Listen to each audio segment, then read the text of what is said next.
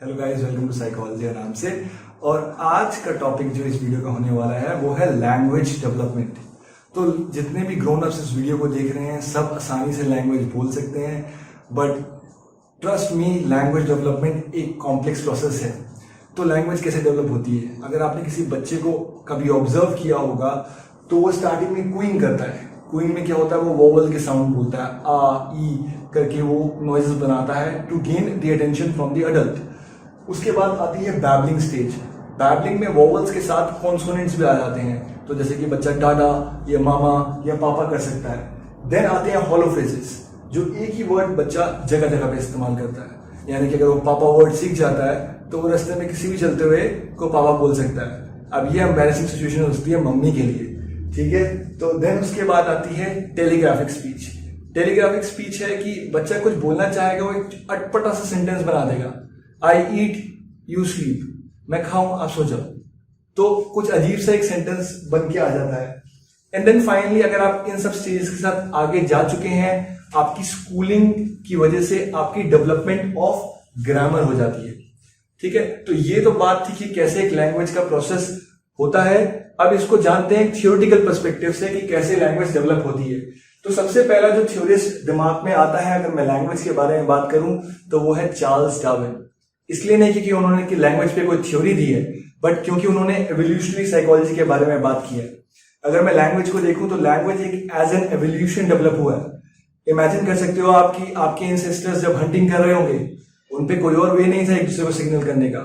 क्या पता इसी वजह से some of them might have died, but over time they developed language, symbols, and they were able to survive. So language could be a way of evolution.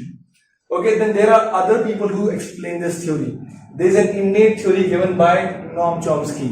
He's a pioneer in language research. He says that there is something called as LAD that exists, which is called language acquisition device. So he says that it is inbuilt. Every individual is supposed to learn the language the way he is supposed to learn.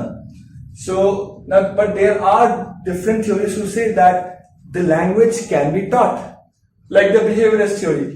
It says that the language could be learned through reward and punishment. तो Skinner जो कहते हैं आपके mummy papa ने आपको language किससे सिखाई?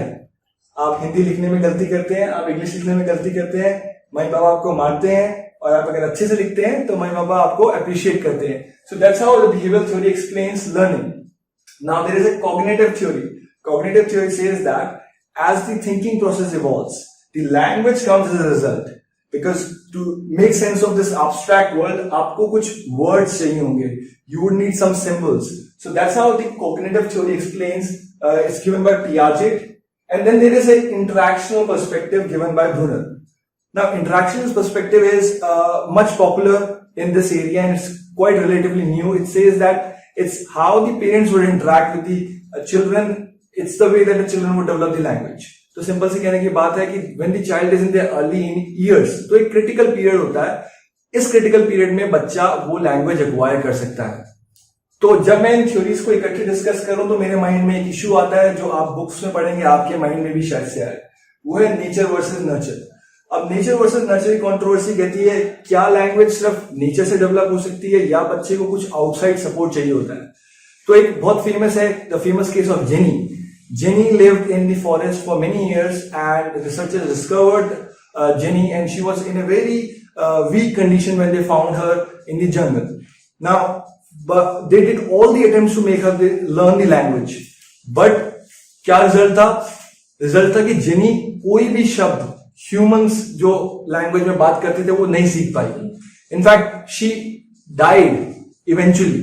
तो ये बात तो क्रिटिकल है कि ड्यूरिंग दोज क्रिटिकल पीरियड्स आपको लैंग्वेज लर्न करना बहुत जरूरी है, ठीक है।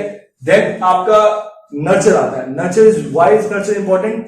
It says that a child is responsive to many languages, चाहे वो जर्मन हो, चाहे वो फ्रेंच हो, चाहे वो इंग्लिश हो, चाहे पंजाबी हो। A child can learn any language when he is young. But as the child gets old, he keeps the language, the multilingual nature of grasping the language decreases. So मेरा कहना इसमें ये होगा कि all these perspectives explain language development in different ways. एक eclectic approach language development को समझने के लिए बहुत इंपॉर्टेंट है। Do not try to think कि कोई भी थ्योरी अपने आप में परफेक्ट है. All of them make an equal contribution to understanding the language. और आज का यही टॉपिक था. होप करता हूं आपको पसंद आया होगा. Thank you. Subscribe to psychology आराम से.